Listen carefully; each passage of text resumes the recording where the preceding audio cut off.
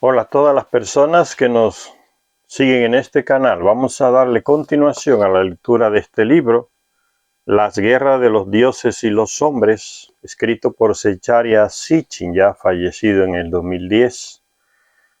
Continuamos leyendo sobre esa raza de personas que llegó de Nibiru hace 500.000 años, 500 años, según Zecharia Sitchin, llegaron aquí a la Tierra. Y nos habla de las dificultades. Una de esas son las guerras que iniciaron ellos acá y después se enseñaron a los terrestres a hacerlas y a participar en ellas. Ellos participaban con ellos en las guerras y continuamos con esa desgracia hasta el día de hoy, las guerras entre nosotros, terrestres. Dice que en todos estos escritos antiguos, sean largos, relatos épicos o proverbios de 2 líneas, sean inscripciones mundanas o divinas, que significa mundano, o sea que son hechas por terrestres, no por ellos, llamados de dioses por los terrestres. Por eso hace la diferencia entre mundanos y divinos. Entonces mundano no en un sentido negativo, como a veces se entiende hoy, sino que se refiere aquí a los terrestres, a los que son de este planeta, y a ellos que son de los cielos, los dioses, llamados dioses. Dice, sean inscripciones mundanas o divinas.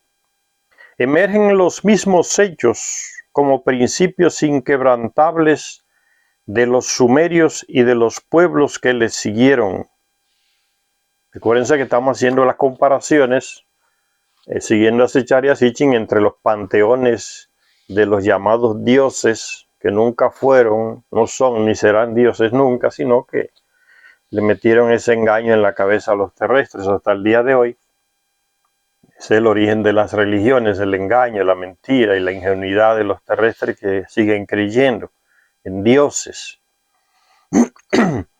Y está comparando Zecharia Sitchin aquí el panteón de los llamados dioses en Sumeria, donde inició todo, en Egipto, entre los griegos, entre los hititas, hurritas, ahí en el Medio Oriente, y entre los hindúes. Aquí le faltó a Zecharia Sitchin comparar esos mismos panteones de los dioses con los panteones de las culturas de este continente americano, culturas antiguas que también fueron guiadas, civilizadas por esos llamados dioses de Oriente. Dice, en todas estos escritos, sean largos relatos épicos o proverbios de 2 líneas, sean inscripciones mundanas o divinas, emergen los mismos hechos con principios inquebrantables de los sumerios como principios. O sea, emergen los mismos hechos. ¿Por qué? Porque son las mismas personas en diferentes lugares del planeta. Por eso son los mismos hechos. Las naves de los dioses hindúes son las mismas naves de los Anunnaki en Sumeria, entre los egipcios, entre los griegos. Las mismas armas prácticamente, porque son las mismas personas, la misma raza de personas que se movilizaba de un lugar a otro en el planeta porque tenían los recursos, naves aéreas, la tecnología. Dice, emergen los mismos hechos como principios inquebrantables de los sumerios y de los pueblos que les siguieron. En el pasado, los Dingir, o sea, los justos de las naves voladoras, Din significa justos, Jir son naves voladoras. Los Dingir, los justos de las naves voladoras, los seres a los que los griegos comenzaron a llamar de dioses. Pero ya antes que los griegos, los egipcios los llamaban de dioses, los sumerios los llamaban de dioses, los hindúes los llamaban de dioses. Vinieron a la Tierra desde su propio planeta, el planeta Nibiru. Eligieron el sur de Mesopotamia, lo que hoy es Irak, el Golfo Pérsico ahí. Esa entrada de agua en lo que hoy es Irak y Kuwait, ese territorio llamado Mesopotamia entre dos ríos, el Tigris y el Éufrates. En esa zona fue que amerizaron y aterrizaron ellos la primera vez que llegaron. Por eso todo comenzó ahí en esa región, en la Mesopotamia. Dice, los justos de las naves voladoras, los seres a los que los griegos comenzaron a llamar dioses, vinieron a la tierra desde su propio planeta. Eligieron el sur de Mesopotamia como hogar lejos del hogar. Ahí fundaron la primera ciudad de ellos, Eridu, hogar lejos del hogar. Llamaron al país Quienjir, ahí en Mesopotamia, toda esa región, la llamaron tierra del señor de las naves voladoras, Quienjir. El nombre acadio, Shumer, significaba tierra de los guardianes, y establecieron allí sus primeros asentamientos aquí en el planeta Tierra, en Shumer, en Mesopotamia. La afirmación de que los primeros en hacer poblaciones en la Tierra fueron astronautas de otro planeta no la hicieron los sumerios a la ligera. Un texto tras otro, cada vez que se recordaba el punto de inicio, siempre era este: 432.000 años antes del diluvio.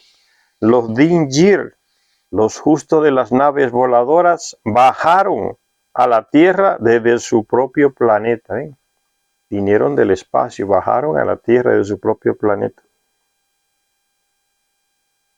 Los sumerios lo consideraban el 12º planeta del sistema solar. ¿Por qué? Porque estos señores se lo enseñaron a los sumerios. Un sistema compuesto por el Sol, según los textos sumerios, los Anunnaki le enseñaron a los sumerios que nuestro sistema solar, ellos contaban la luna y el sol como planetas.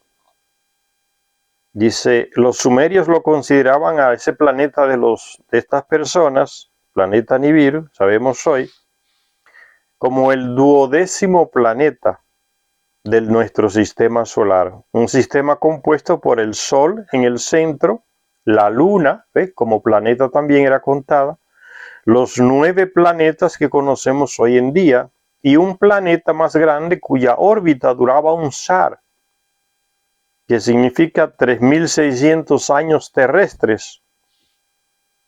Según ellos, que es los sumerios, esta órbita lleva al planeta a una estación en los distantes cielos. Hoy ya se sabe que es una estrella muerta, la que alojaba a Nibiru.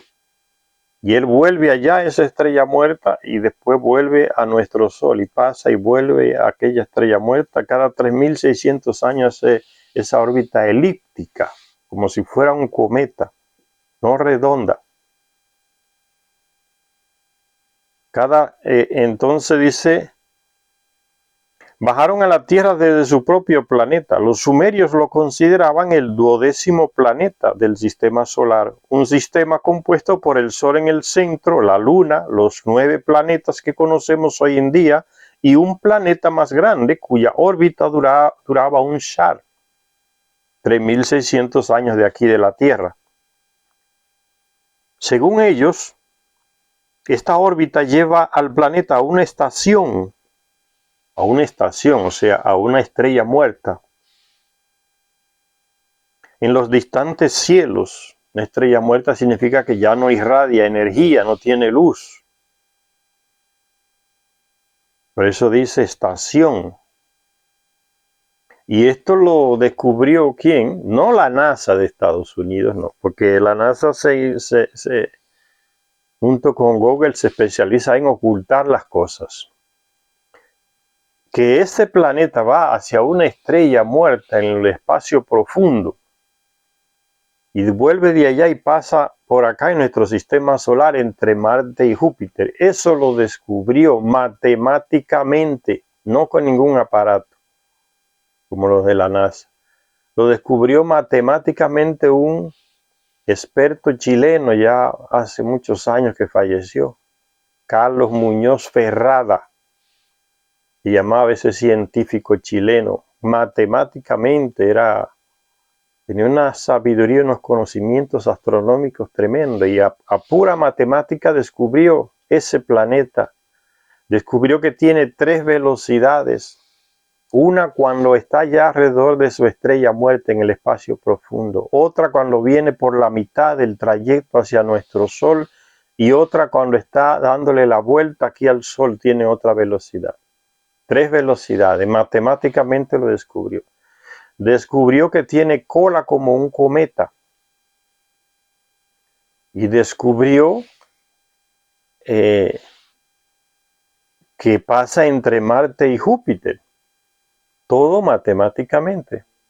Y le colocó el nombre, él no sabía nada de los textos sumerios, le colocó él mismo el nombre de planeta cometa. Porque tiene cola como un cometa. Tiene una órbita elíptica como un cometa, no redonda, como los planetas de acá. Entonces, ese Carlos Muñoz Ferrada descubrió eso matemáticamente. Eso es lo que oculta la NASA y Google. En Google apareció ya. Una vez se lo mostré en una página que les mostraba, uno de los vídeos. ¿Sí? Lo descubrieron los de la NASA y los de Google. Y estaba ahí todo pixelado con aquellos cuadritos que le pone Google a algunos lugares cuando no quiere que la gente sepa qué lugar es ese. Le pone muchos cuadritos. Y un experto le quitó los cuadritos de encima de esa foto y apareció el planeta Nibiru, exactamente como lo describió Carlos Muñoz Ferrada, como si tuviera unas alas, unas colas de fuego, iba de una estela dejando atrás. Y la órbita también elíptica. Entonces Nibiru está, aunque lo oculten y digan que no, y ahora le llaman planeta X, todos esos inventos vienen desde la NASA, porque el plan de ellos es mentir y ocultar lo que está en el espacio. Uno no se pregunta, pero ¿por qué es que a esta gente le gusta tanto ocultar las cosas? Todo lo que descubren esta gente lo ocultan de todo el mundo. Es el egoísmo de la mentalidad capitalista de los estadounidenses, los que dirigen estas cosas, todo para ellos, igual que los europeos. ¿Por qué? Porque son secretos militares, son proyectos militares. Ellos descubren un planeta, otro planeta. Son los militares que están detrás de eso, detrás de la NASA, detrás del proyecto espacial de los Estados Unidos. Son los militares, el Pentágono. Entonces, todo para ellos es secreto militar. El público no tiene derecho a saber nada. Entonces, mucha gente sabe a cuentagotas, cositas que le da la NASA. Una foto de Marte se la da la NASA, pero la foto ya está manipulada. No refleja lo que realmente había en la fotografía original. Todo para ocultar. Y este hombre matemáticamente descubre, él siempre que criticaba esa llamada comunidad científica formada por estadounidenses y europeos, que se dedican a malinformar a la gente y a mentirle a la gente, a esconderle las cosas. Él siempre criticaba a esa llamada comunidad científica. Por eso no se menciona, porque no era parte de esa llamada comunidad que controla todos los medios de comunicación prácticamente, y la gente entonces no se entera de otras posiciones distintas a las de la NASA, a las de los europeos o los rusos o los chinos. Entonces, él descubrió eso y lo publicó matemáticamente, no con telescopio ni con nada, todo. Y matemática es una ciencia exacta. Entonces sigue diciendo en la lectura que la órbita de ese planeta llega aquí a nuestro Sol cada 3.600 años terrestres.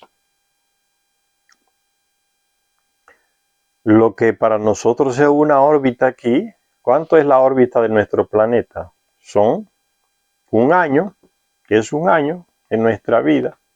La órbita del planeta de ellos, como es elíptica y tan grande, tan inmensa, cubre 3.600 años, que sería un año de edad de las personas que viven en ese planeta. Entonces la órbita de nuestro planeta es un año de edad en nuestro cuerpo, igual también. 3.600 años terrestres, por eso hace el énfasis en terrestres. Según ellos, estamos hablando de lo que pensaban los sumerios, esta órbita, enseñado por los Anunnaki que le transmitieron todas estas informaciones, sabemos según ellos, esta órbita lleva al planeta a una estación en los distantes cielos, o sea, a su estrella muerta, para devolverlo después al vecindario de la Tierra. Entra en nuestro sistema solar, pasando entre Marte y Júpiter. En esta situación, representada en un antiguo dibujo sumerio de 4.500 años de antigüedad, el planeta recibía el nombre de Nibiru, que significa cruce, y su símbolo era una cruz. Entonces la cruz no la inventaron los cristianos ni nada de eso. Símbolos que ya vienen de miles y miles de años antes de que aparecieran las religiones. El símbolo del planeta Nibiru. Por eso que cuando llegan los españoles a América, Mesoamérica, encuentran el símbolo de la cruz en los diseños de los mayas y todas esas culturas indígenas, los aztecas.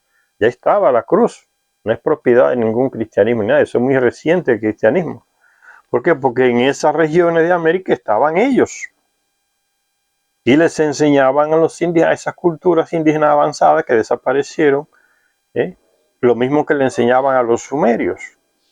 El planeta Nibiru, ¿cómo era? Y que era representado también como una cruz, o a veces como un disco con alas. Entonces esas representaciones se encuentran en Egipto, se encuentran en Sumeria, se encuentran en Mesoamérica, se encuentran en las culturas de los Andes, porque son las mismas personas que le van enseñando al terrestre, dándole las mismas informaciones sobre ellos. Entonces el planeta de cruce, porque cruzaba entre Marte y Júpiter, ahí se convertía en cruce.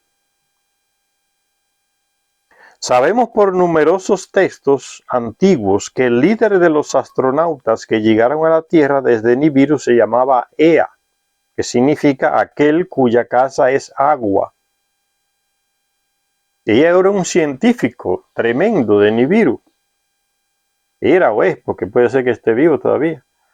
Y ya desde Nibiru él se especializaba en las aguas, estudiar las aguas, le encantaba estudiar las aguas, las propiedades del agua, la capacidad del agua, las posibilidades de usar el agua.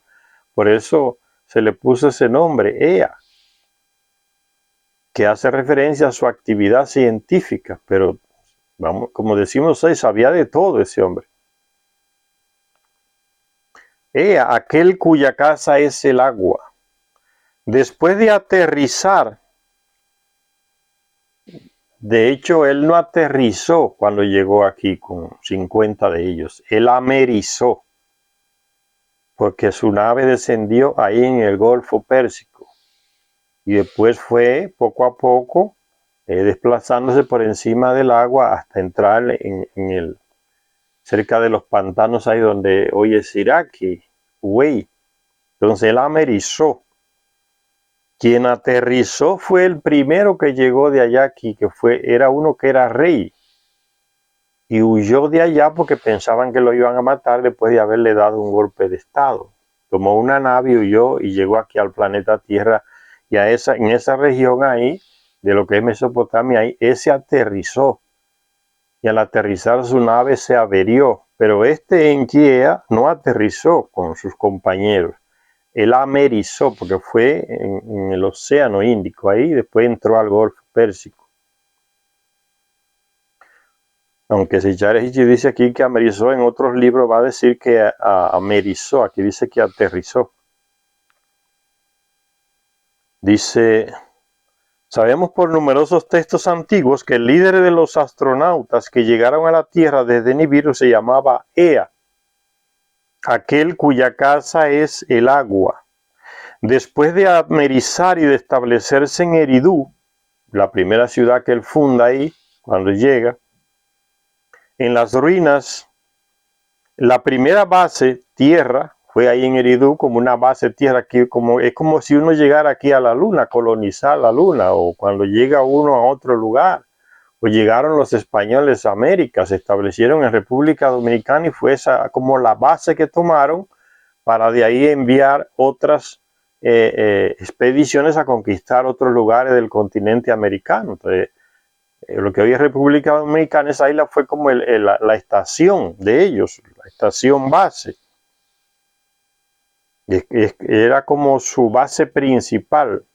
Entonces, de ahí de Santo Domingo, lo que hoy es Santo Domingo, la isla, de ahí salieron las diferentes expediciones hacia el sur, hacia el norte, hacia México, diferentes conquistadores de México, del Suramérica, todos españoles salieron desde República Dominicana porque era como la base de ellos, la isla española, como le pusieron ellos. Entonces se está refiriendo aquí a lo mismo, ¿no? Ahí Eridu era como su base principal, la base tierra. Asumió el título de Enki, señor de la tierra. Ki significa tierra. Enki, señor de la tierra. En las ruinas de Sumeria se encontró un texto que registra su aterrizaje en la tierra. Vuelve y dice aterrizaje, su amerizaje en la tierra. Amerizaje en el tierra con mayúsculas, refiriéndose al planeta, no a la superficie. En las ruinas de Sumer se encontró un texto que registra su amerizaje en la tierra, tratado en primera persona, dice el texto sumerio, encontrado en esas tablillas ahí en Mesopotamia, tablillas de arcilla, dice el texto, él hablando en primera persona. Cuando llegué a la tierra, había muchos lugares inundados. Recuérdense que está llegando a un lugar pantanoso. Y él habla de ese lugar, donde funda la primera ciudad y a orillas de ese pantano. Cuando llegué a la tierra, había muchos lugares inundados. Cuando llegué, sus verdes praderas, elevaciones y montículos se amontonaron por mandato mío. Construí mi casa en un lugar puro.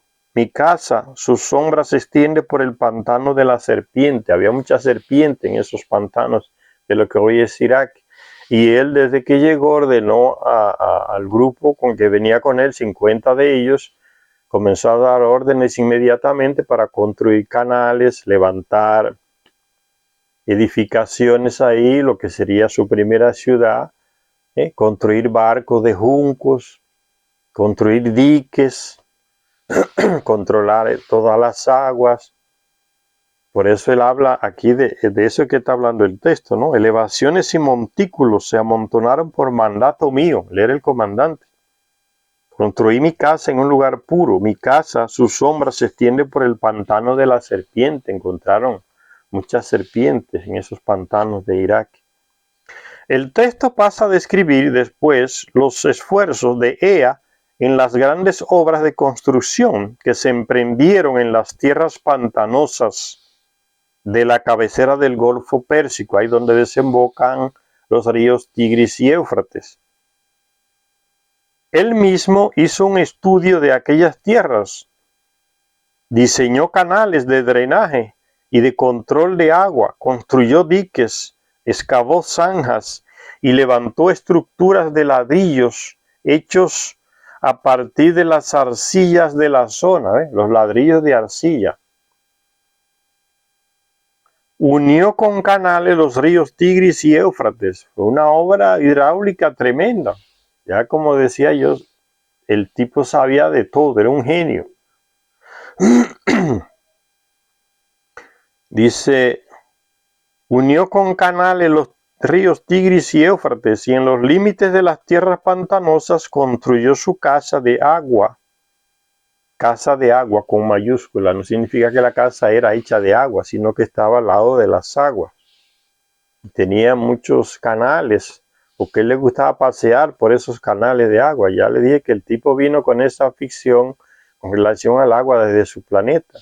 Todo lo que era agua le llamaba siempre la atención y le daba unos usos inmensos al agua, a ese tipo. Se construía su residencia siempre al lado de las aguas. Por eso dice aquí su casa de agua, con un embarcadero y otras instalaciones. ¿Ven? Tenía hasta un puerto pequeño para llegar los barcos y salir a pasear en su barco también. Todo esto tenía un motivo. En su planeta hacía falta oro, no para la joyería u otros usos frívolos, pues en ningún momento durante los milenios que siguieron se les vio a estos visitantes de la Tierra llevar joyas de oro. Entonces no era para eso que querían oro, para la joyería y para los adornos en el cuerpo.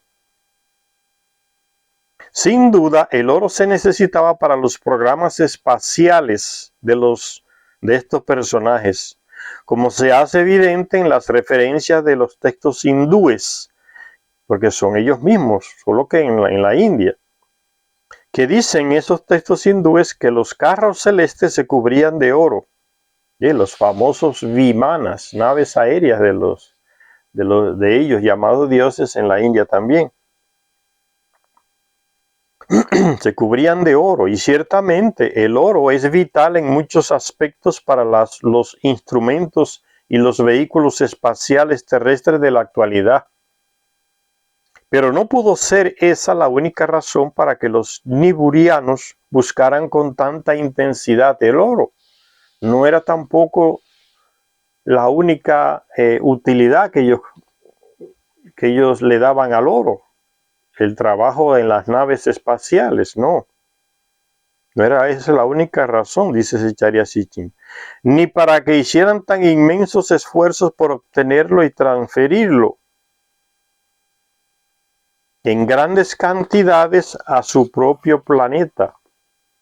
La cantidad de oro que esa gente llevaron de aquí a su planeta no se sabe, y difícilmente lo sabremos. Millones de toneladas de oro llevaron desde aquí. Fíjense cómo hay oro en este planeta, señores. Y uno dice, ¿por qué tanta pobreza en este planeta? Hay países que están forrados de oro, señores. Hay países que viven encima de oro.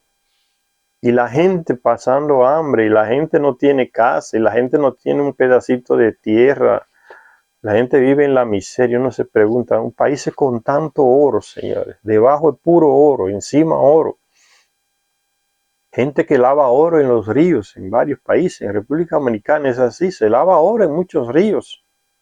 Y los españoles lo descubrieron y usaron a los indígenas, ¿en qué? En los ríos, lavando oro. Ni siquiera abrieron más minas, solo después se abren las minas. Entonces hay oro encima y debajo. Y la gente no tiene una casa, no tiene una cobija digna para vivir y pasando hambre. Y estos gobiernos de esos países no nacionalizan su oro, no le dan fuerza a su economía con su propio oro. ¿Sabe el valor que tiene el oro hoy? ¿Qué están haciendo las grandes economías del mundo hoy, como China y Rusia? Comprando oro, toneladas y toneladas de oro. Y así le dan valor a sus monedas. No acumulando dólar, porque el dólar es un papel que no tiene sustento en oro ni en nada, ni en ningún metal. Es un fraude. Entonces estos países con tantas minas de oro y estos grupos atrasadísimos, egoístas, de esas clases más atrasadas de nuestros países, ¿no? Los conservadores, dejando que se lleven el oro esas empresas de Europa y de Estados Unidos, y la gente en la miseria, pudiendo, ¿tú sabes el precio del oro hoy? Pudiendo darle peso a su propia moneda, y pasan gobiernos y no nacionalizan su oro, no lo industrializan, se le entregan a estos señores que se lo lleven y dejen unos hoyos contaminados de mercurio y ríos. Nadie dice nada, ¿no? Los partidos suben y llegan y son las mismas personas a robar y los países en la miseria, y son riquísimos porque nuestro planeta es rico en oro. Y hay lugares que son más privilegiados que otros a la hora de tener oro. Imagínense un país pequeño con tanto oro. ¿Cómo es posible que haya miseria? Pues si fuera un país inmenso, grandísimo, con millones y millones de habitantes, pero un paísito que apenas tiene 10 o 11 millones de habitantes y con tanto oro y hay gente en la miseria. La culpa es de esos políticos incapaces de sentir la realidad de su pueblo y el valor, darle valor a su propio. Son entreguistas, prefieren que se lo lleven las empresas estadounidenses o de algunos países europeos, de Canadá, en lugar de darle fuerza a su economía, hacer feliz a su pueblo totalmente, que nadie tenga que coger una yola o un barco e irse a echarse al mar que se lo coman los tiburones para ver si llega a Estados Unidos. Un país riquísimo y no hacen nada. Firman un contrato con una empresa extranjera y se quedan con un 3% y es horrible, ¿no? El otro por ciento se lo llevan los extranjeros.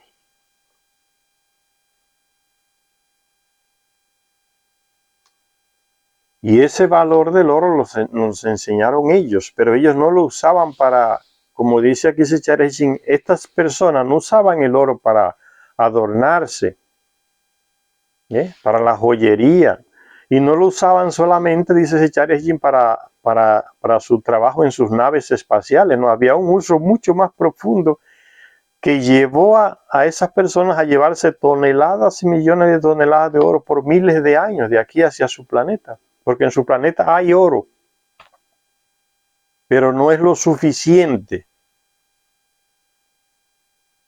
para lo que ellos necesitan allá. Entonces ellos sabían que aquí había oro, porque conocían la historia del sistema solar, los recursos de cada planeta de nuestro sistema solar. Dice Sicharejin entonces, tenía que ver con su propia supervivencia. Este metal tiene unas propiedades únicas que lo convertían en una necesidad vital para ellos, pues tenía que ver con su propia supervivencia. ¿Ven? Se trataba de algo de vida o muerte para ellos, tener ese oro de aquí, de este planeta. Ya lo va a explicar Sicharejin por qué. Propia supervivencia en su planeta de origen. En la medida de nuestra limitada comprensión, quizás necesitaran el oro para suspenderlo en partículas en las evanescente atmósfera de Nibiru, evitando así una disipación crítica. Esto ya lo aclara en este libro, el libro perdido de Enki que ya leímos. El mismo Enki dice por qué vinieron aquí a buscar ese oro. Porque había un agujero en su atmósfera, que es una atmósfera bien gruesa, la atmósfera de Nibiru.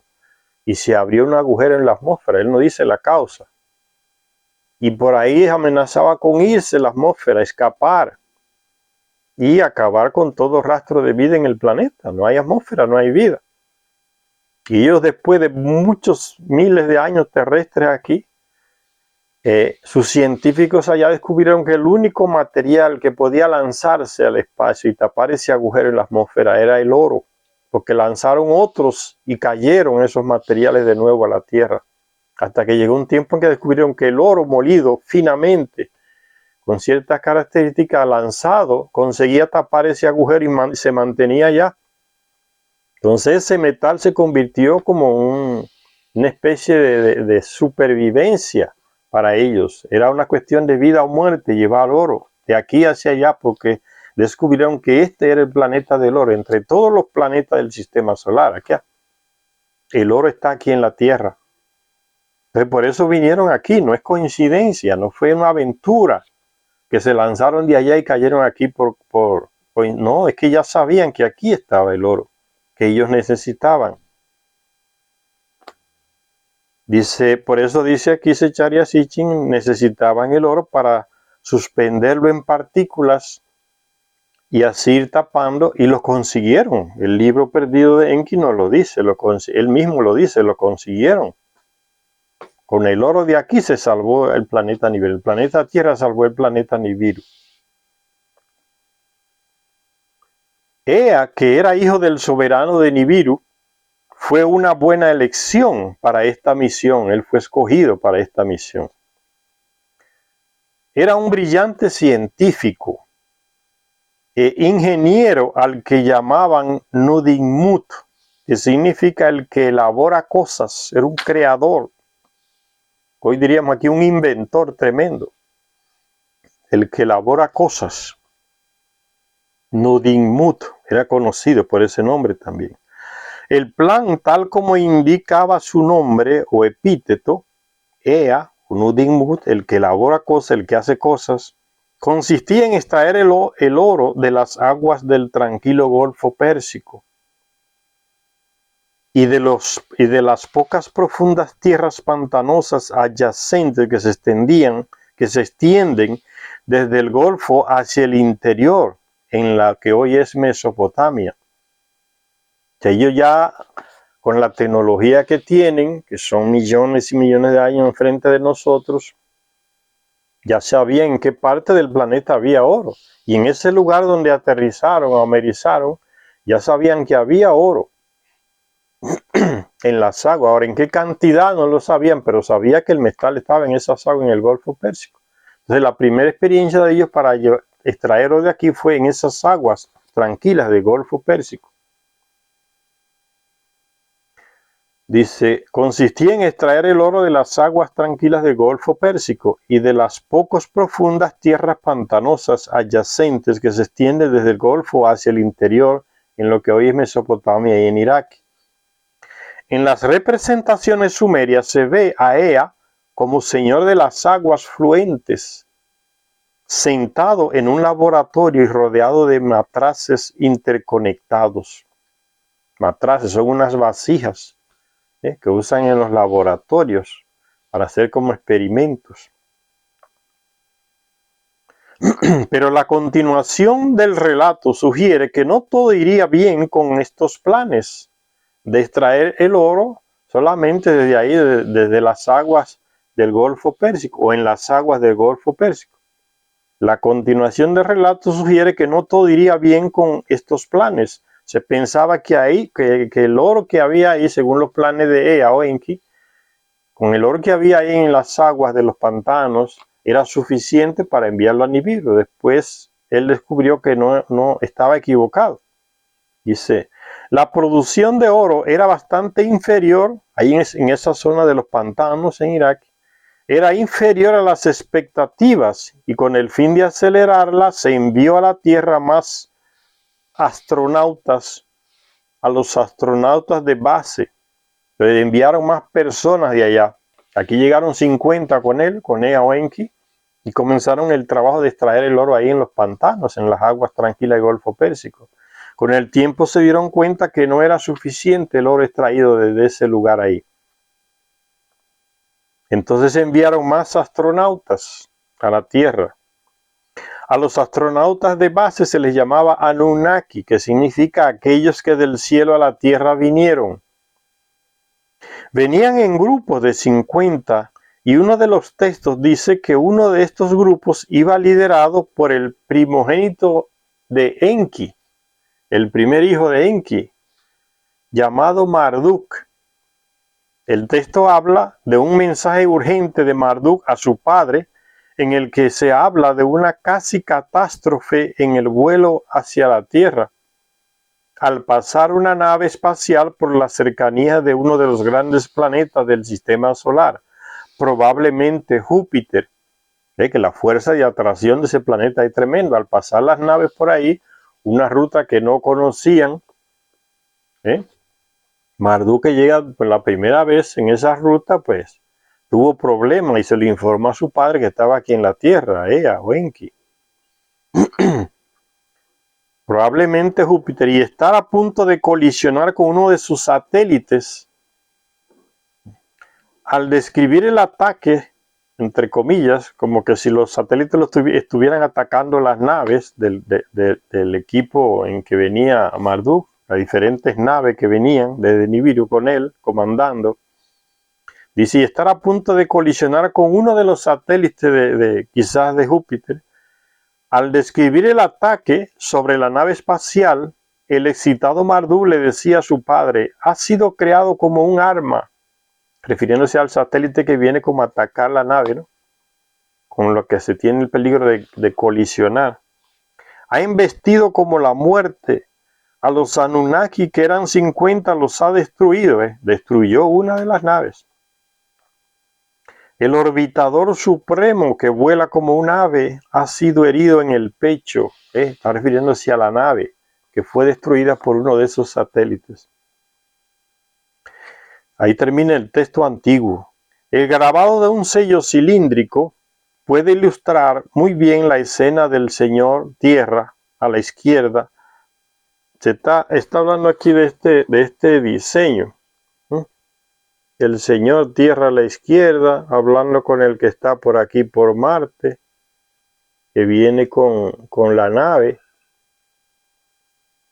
Pero aquí está el que está en la Tierra, y esta es la nave, y este es el que está el Marte por acá.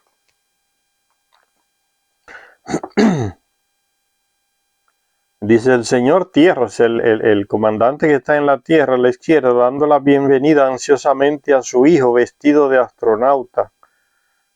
Mientras la nave espacial deja Marte, que está indicado con una estrella de 6 puntas, porque el sexto planeta, ¿ven? Contando desde fuera del sistema hacia adentro, la Tierra es el séptimo, Marte que está antes, entonces sería el sexto planeta, por eso la estrella de 6 puntas. Aquí está en Marte y eso es indicado en la estrella de 6 puntas aquí. Ese sería Marte, la estrella de 6 puntas. Aquí está la Tierra, este sería la Tierra, este está en la Tierra. Aquí está la Luna y aquí están un símbolo de 7 puntos, significando que es el número 7, es el séptimo planeta, la Tierra. Y se acerca la nave a la Tierra, que es el séptimo planeta, si se cuenta desde el exterior, desde Plutón hacia adentro, hacia acá, es el séptimo, la Tierra.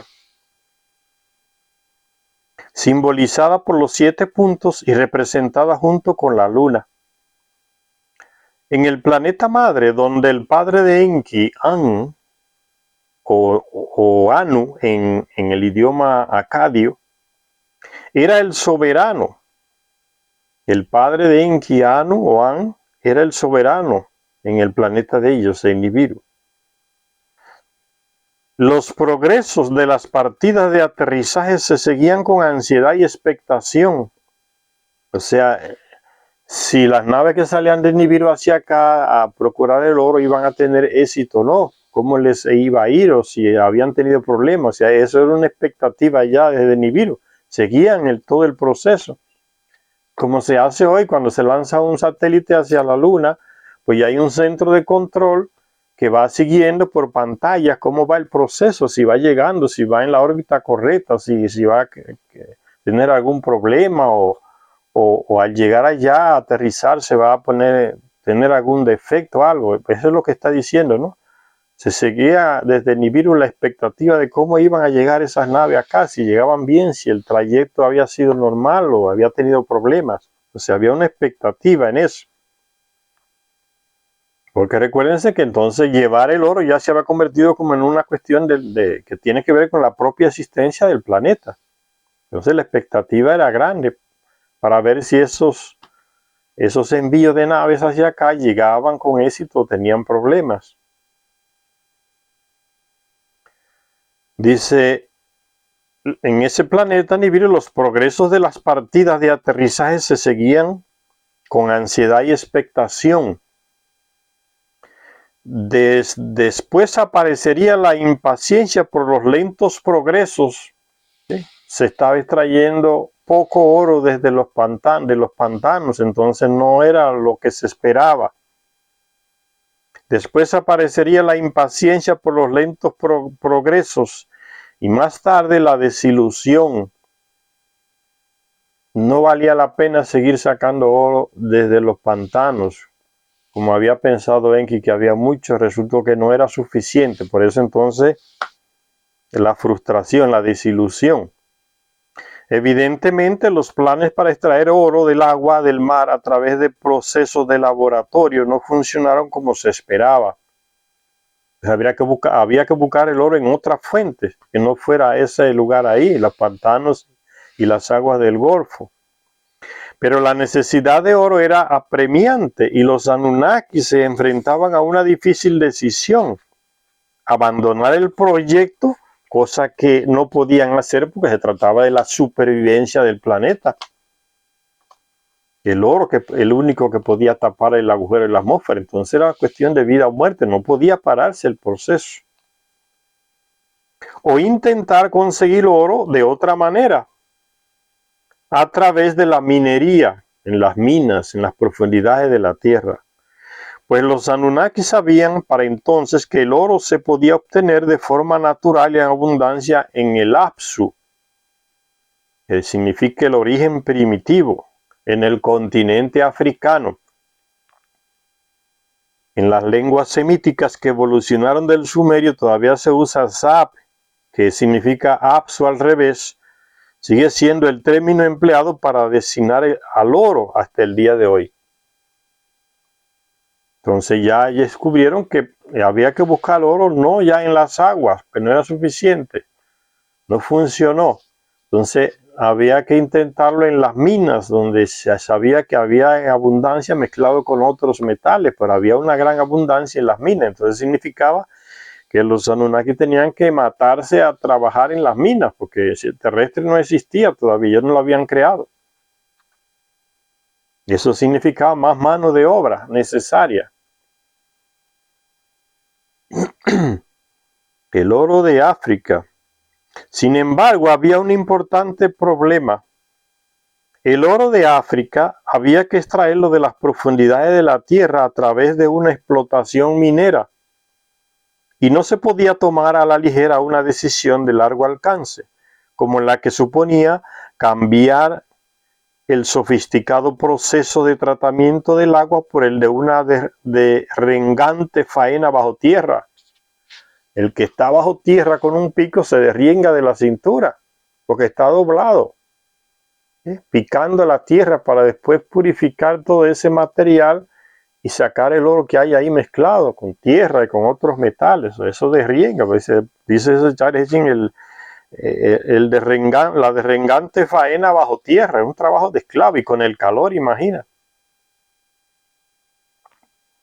Está claro que la nueva empresa iba a precisar de un mayor número de Anunnaki, aumento de personal, mano de obra, de una colonia minera, en lugar de los brillantes filones, de una ampliación de instalaciones en Mesopotamia y de una flota de cargueros. Entonces, el hecho de cambiar de método de extraer el oro, dejando de lado lo que se hacía ahí en los pantanos, en el agua del Golfo Pérsico, con mangueras enormes que se extraían metales del fondo y después se purificaba, se extraía el oro.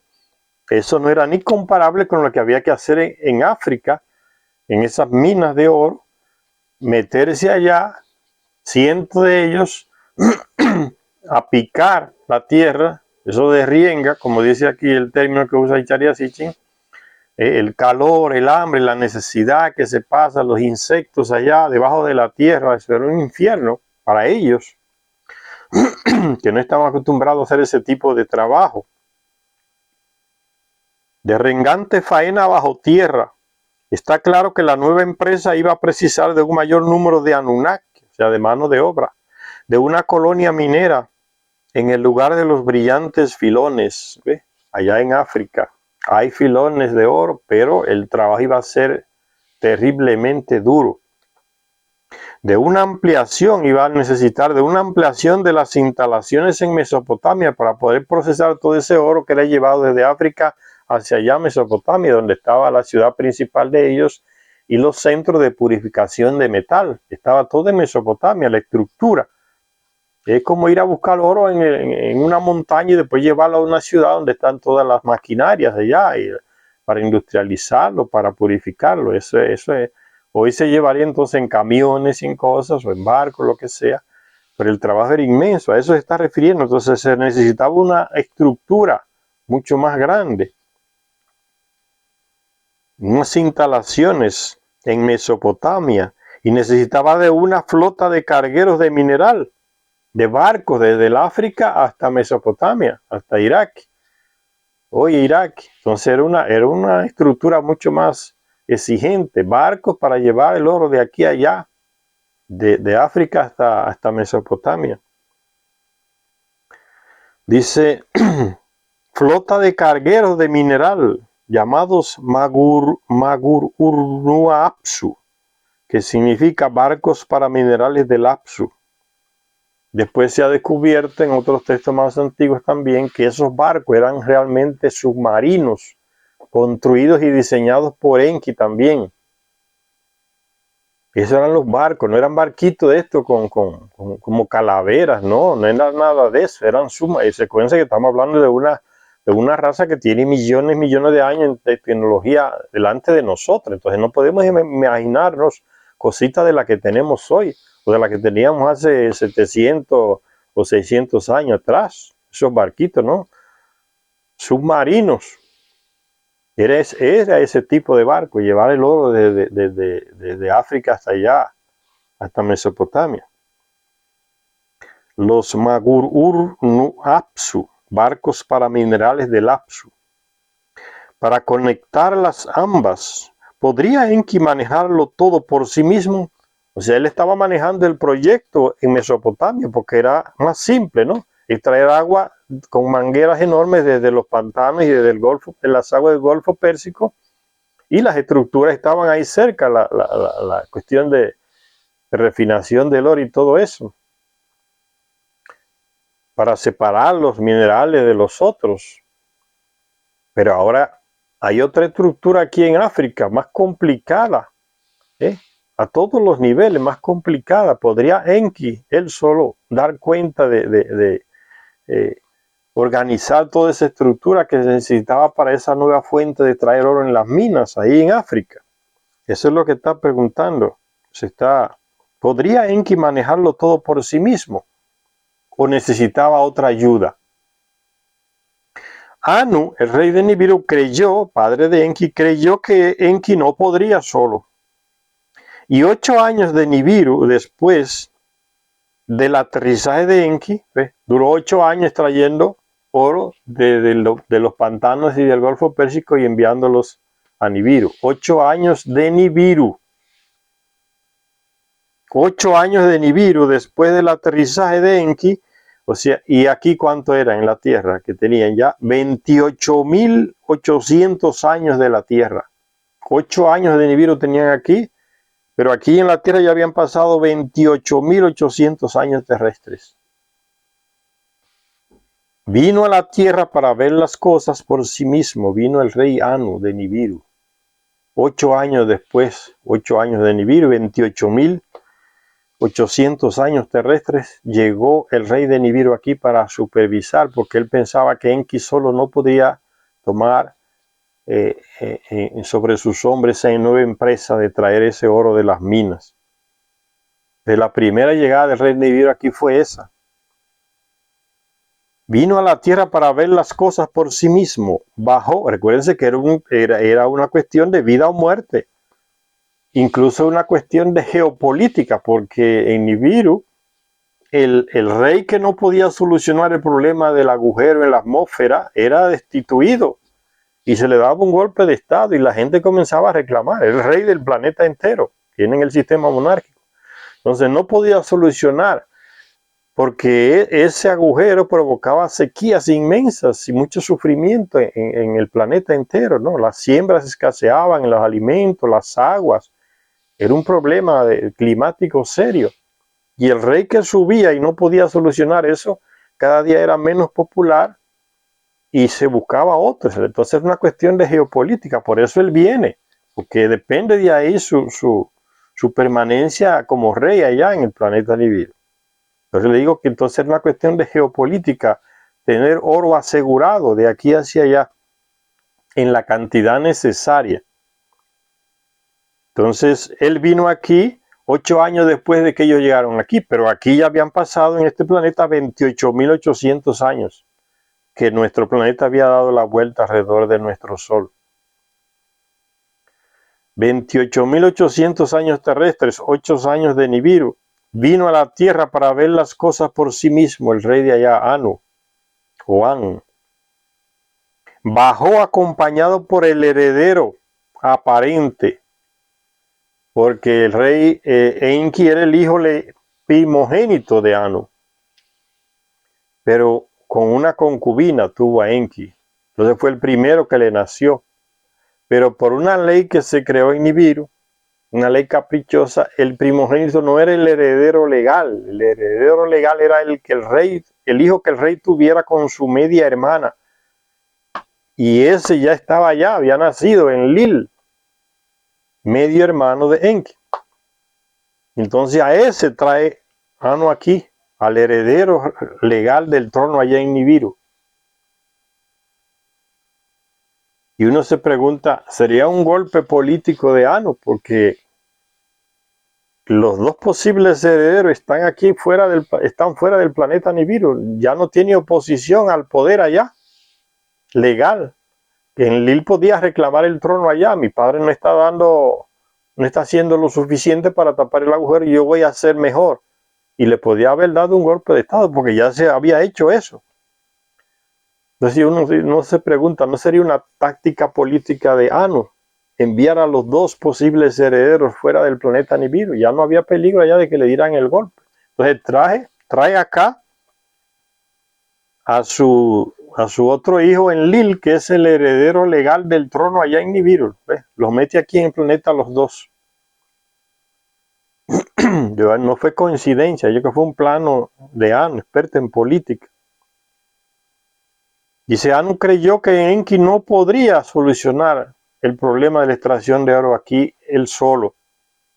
Y 8 años de Nibiru después del aterrizaje, que serían 28.800 años aquí en la tierra, vino él mismo a la tierra para ver las cosas por sí mismo. Bajó acompañado por el heredero aparente, llamado Enlil, que significa señor del mando, de quien Anu pensó que podría hacerse cargo de la misión en la tierra y organizar los envíos de oro hacia Nibiru. ¿Por qué no pensó en otro? ¿Por qué pensó precisamente en el heredero legal, el que lo podía sustituir allá? Lo sacó de allá. Y es como hoy, ¿no? Tenemos un opositor político y el presidente tiene miedo de que éste lo destituya y le da un cargo diplomático y lo manda bien lejos. Vete allá a la Cochinchina, allá de embajador. Ya se quitó ese problema de encima. Son juegos políticos. Dice Enlil, de quien Anu pensó que podría hacerse cargo de la misión en la tierra y organizar los envíos de oro hacia Nibiru. Ya estaba desconsiderando, quitándole el mando a primogénito Enki. Ve, Enlil, encárgate tú de traer el oro en las minas ahora. Que Enki no resultó el plano de Enki ahí en los pantanos y en el Golfo Pérsico. Ahora vete tú y toma el mando. ¿Por qué no dejó a Enki que se hiciera cargo también del mando allá en África, sacarla a cargo de las minas? ¿Por qué envía al otro hijo de aquí, que era el heredero legal allá, y lo envía aquí a tomar el mando? Yo hago que hay un juego político, él hizo ahí. Pero eso creó problemas, van a ver después.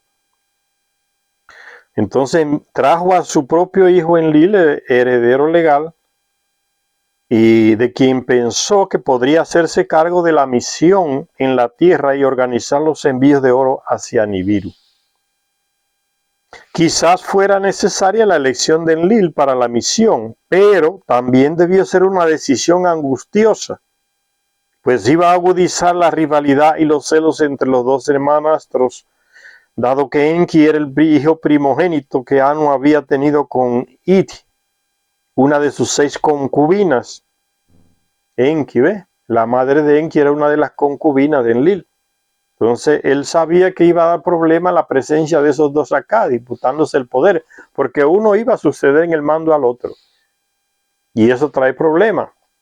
Y los dos eran herederos del gobierno allá en Nibiru. Uno legal y el otro como primogénito. Entonces él sabía que iba a dar problema, pero ya yo que problema mayor lo iba a tener si dejaba a Enlil allá. Como el plano de Enki fracasó, ese podía ser una excusa de Enlil allá en Nibiru para decirle: mi padre no está consiguiendo, ni él ni Enki consiguen el oro que necesitamos acá. Entonces eso podía ser motivo de golpe de estado allá. Entonces lo trae aquí para que tome el comando él. Y eso también prefiere que se cree el problema entre los dos hijos y no que tener el problema de Enlil allá con él. Dice: quizá fue necesaria la elección de Enlil para la misión, sustituir a Enki o a Ea aquí en la tierra, pero también debió ser una decisión angustiosa, pues iba a agudizar la rivalidad y los celos entre los dos hermanastros, dado que Enki era el hijo primogénito que Anu había tenido con Iti, una de sus 6 concubinas. Ve, la cuestión de los harenes ya viene de ellos. 6 concubinas. Y hubiera sido de esperar que sucediera a Anu en el trono de Nibiru, en Lil. Pero después, al igual que en el relato bíblico de Abraham, su concubina Agar y su hermanastra esposa Sara, la hermanastra y esposa de Anu, Antún, le dio un hijo llamado Enlil. Secharia Hishin está comparando esto aquí que pasó en Nibiru con el relato de que nos habla en el Antiguo Testamento con relación de la herencia entre los hijos entre Sara y Agar, Sara que no podía darle el hijo a su esposo, a Abraham.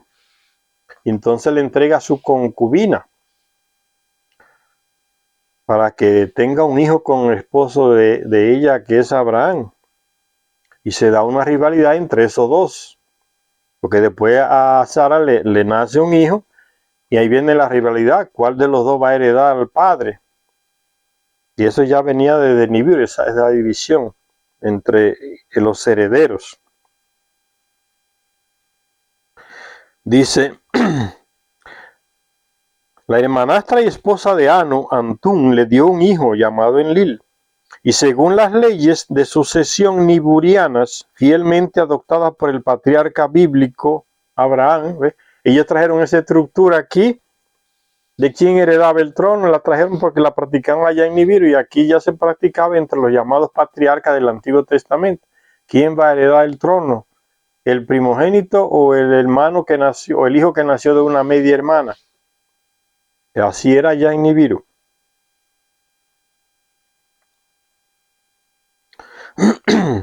Dice: Enlil se convirtió en el heredero legal en lugar de Enki. Y ahora aquel rival, aquel que le había robado a Enki su derecho de nacimiento, venía a la tierra para tomar el mando. O sea, allá en Nibiru le robó el derecho de la heredad a Enki. Porque la primera ley para heredar el trono que existía en Nibiru era la primogenitura. El primer hijo del rey, ese heredaba. Después llegó una mujer que era media hermana del rey y no había tenido hijos. Entonces el trono le iba a heredar Enki, que fue el primogénito. Entonces la madre, una reina ya se inventó, entonces después que tuvo un hijo con el rey, ya que fue el segundo rey de Nibiru, según lo dice aquí en este libro, no lo invento yo.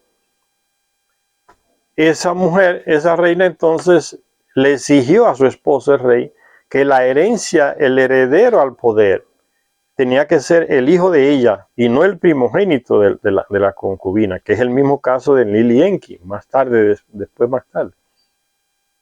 Y ese rey complació a esa reina, el capricho de esa mujer. Entonces se instaló otra ley por la cual se heredaba el poder, que era la ley de la sangre, la ley de la simiente. Entonces el rey aprobó ese capricho de su mujer y derogó la primera ley de la primogenitura y decretó que el heredero al trono era el hijo de la que él tuviese con su media hermana.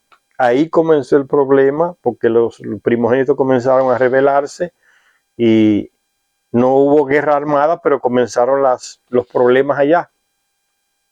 Y Enlil y Enki estaban en esa situación allá en Nibiru. Enki no le perdonaba a Enlil que le arrebatara la primogenitura. La primogenitura no, porque él sigue siendo el primogénito, nació primero. Que le arrebatara su derecho a heredar el trono. Entonces, la llegada de Enlil le arruinó el plan de Enki y de sus descendientes de heredar el trono de Nibiru. Porque ahora sería entonces para Enlil y sus descendientes. Y entonces, fíjense, Anu le echa gasolina al fuego, porque ya ese problema está ya en Nibiru. Entonces aquí, ¿qué hace Anu? Le quita el mando a Enki, que era el primero aquí que llegó, y se lo da a Enlil, o sea, le echó más gasolina al fuego.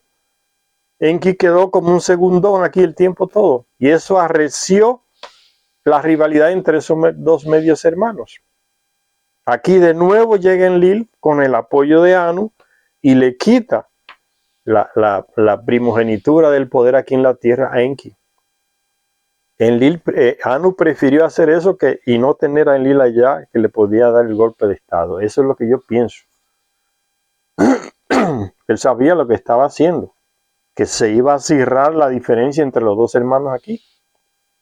Entonces llega aquí y le hace esa ofensa a Enki, que llegó primero y se mató y preparó todo, y entonces trae al otro y le quita el mando a Enki. Dice, no, el comandante ahora va a ser Enlil. O sea, ya Enki tenía 2 golpes encima. Dice que Enki hasta lloró de la rabia y el dolor que sentía cuando Anu decidió que fuera Enlil el que tomara el comando aquí, lo sustituyera de nuevo aquí. O sea, lo echó en segundo lugar de nuevo, igual que en Nibiru. Dice, y ahora aquel rival, aquel que le había robado a Enki su derecho de nacimiento, venía a la tierra para tomar el mando también.